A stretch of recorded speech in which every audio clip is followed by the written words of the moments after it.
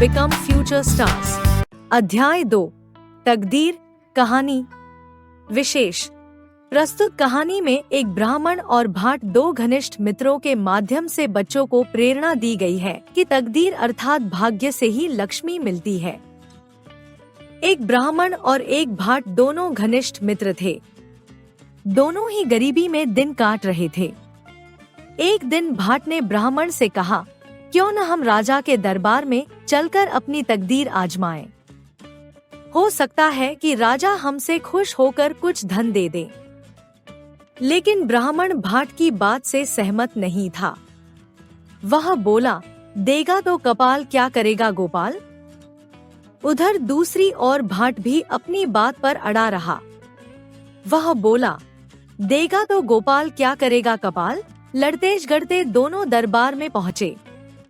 राजा भाट की बात सुनकर तो बहुत खुश हुआ और दोनों को दूसरे दिन फिर आने के लिए कहा। अगले दिन दोनों राजा के पास पहुँचे। राजा ने ब्राह्मण को एक एक मुट्ठी दाल चावल और नमक दिया। भाट को एक सेर घी, एक सेर चावल और एक बड़ा सा कद्दू दिया।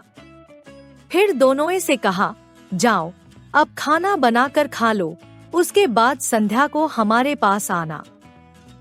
ब्राह्मण और भाट अपना अपना खाने का सामान लेकर नदी के किनारे आकर बैठ गए। थोड़ी देर विश्राम करने के बाद दोनों अपना अपना भोजन बनाने की तैयारी करने लगे। अचानक भाट को विचार आया कि राजा ने ब्राह्मण को तो दाल दे दी और मुझे बड़ा सा कद्दू दे दिया। इसे खाकर कहीं कमर में फिर से दर्द न होने लगे।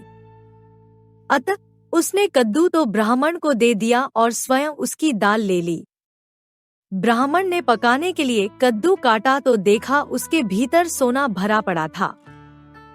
संध्या होने पर ब्राह्मण और भाट राजा के पास पहुँचे तो राजा ने ब्राह्मण से पूछा, कहो विप्रवर, अब क्या कहते हो। ब्राह्मण ने तत्काल उत्तर दिया, महाराज देगा तो कपाल, क्या करेगा गोपाल।